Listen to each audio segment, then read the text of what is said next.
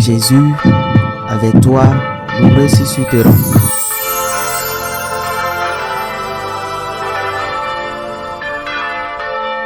En ce temps-là, Jésus disait à ses disciples, « Comme le Père m'a aimé, moi aussi je vous ai aimé.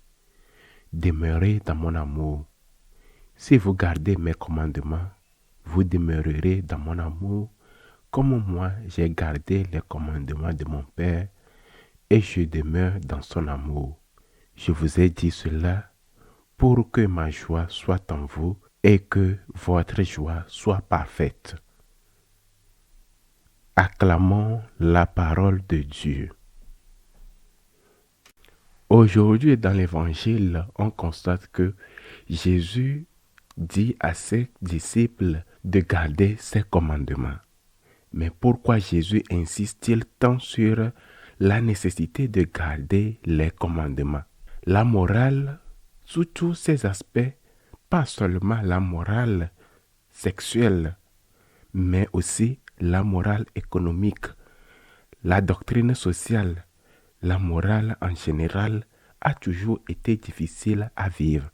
Depuis toujours, depuis que l'homme est homme, dès qu'il a eu une règle éthique, une règle normale dans une religion quelconque, cela a demandé un effort et cela coûte. Au XVIIe siècle est apparu ce que l'on appelle le probabilisme, initié par les jésuites qui, en semble-t-il parfait d'une bonne intention, puisque la morale est difficile et beaucoup s'éloignent parce qu'il est ardu de respecter les normes morales. Et abaissant ces normes, certains sont allés si loin dans ce abaissement qu'il suffisait d'exister une infirme probabilité que quelque chose ne soit pas un péché, à raison d'une circonstance ou autre, pour que cela puisse être considéré comme un péché. Un certain Antonio Donato, au XVIIe siècle, est venu à être surnommé Agnus Dei qui tollit les peccata mundi, agneau de Dieu qui enlève le péché du monde. Mais pourquoi?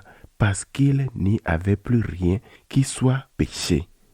Je ne dis pas qu'il n'avait pas de bonnes intentions, ni qu'il ne pensait pas qu'en supprimant la notion du péché, il empêcherait les gens de s'éloigner de l'Église.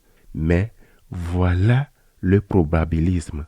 Cela a été condamné au XVIIe siècle et saint Alphonse Marie de Liguori, grand précurseur de la théologie morale moderne, s'y est opposé en proposant une thèse totalement différente, le probabiliorisme.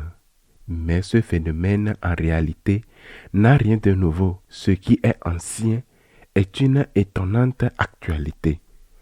Aujourd'hui, on ne parle plus du probabilisme. On parle par exemple de morale de situation. Les choses ne sont ni bonnes ni mauvaises en soi. Tout dépend des circonstances. Ou encore de morale des attitudes. Ce qui compte, c'est d'avoir une bonne intention.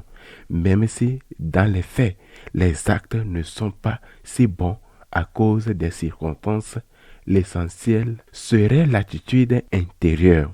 On en arrive à ce que nous voyons aujourd'hui dans certaines situations contemporaines.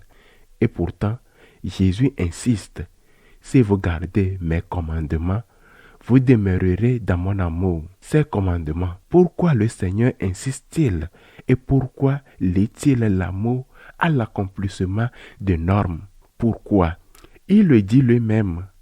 Un peu plus loin, il dit, « Je vous ai dit cela pour que ma joie soit en vous et que votre joie soit parfaite. » On considère souvent que les commandements sont ce qu'il a de pire, des règles qui nous limitent, qui nous étouffent, qui nous empêchent de faire ce que nous voulons, de laisser libre cours à notre instinct. On voudrait supprimer les normes morales ou les réduire au strict minimum. Les normes morales seraient une entrave à la liberté. Mais si c'était l'inverse? Prenons un exemple. Que se passerait-il si les règlements de la circulation n'existaient pas? Sont-elles seulement légales ou aussi morales?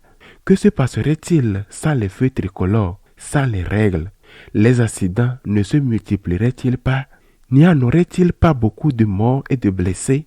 Quand on vit dans un pays comme l'Italie et qu'on voit comment on y conduit, on rend grâce à Dieu pour l'existence des règles de circulation, même si elles sont parfois peu respectées. Pourquoi considérons-nous les normes morales comme mauvaises? Si tu voles, tu peux te dire c'est ma situation, mais si on te vole, que diras-tu? C'est la situation de l'autre et tu ne porteras pas plainte? Vraiment? Et si tu calomnies? Et si on te calomnie? Si tu trompes ta femme, tu te justifies? Mais si elle te trompe, les normes morales ne sont pas données par le Seigneur pour nous gâcher la vie. Celui qui pense que vivre sans morale, sans éthique, c'est être vraiment libre, ne sait pas ce qu'il dit. Ce serait la liberté de la jungle, la loi du plus fort. Et dans la vie, il y a toujours un plus fort que toi.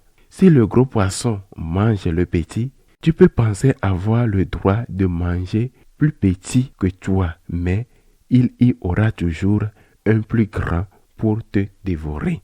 Quand le Seigneur nous dit que l'amour est nécessaire, qu'il est le sommet des commandements pour être heureux, il nous dit que l'absence d'amour est ce qui nous rend malheureux.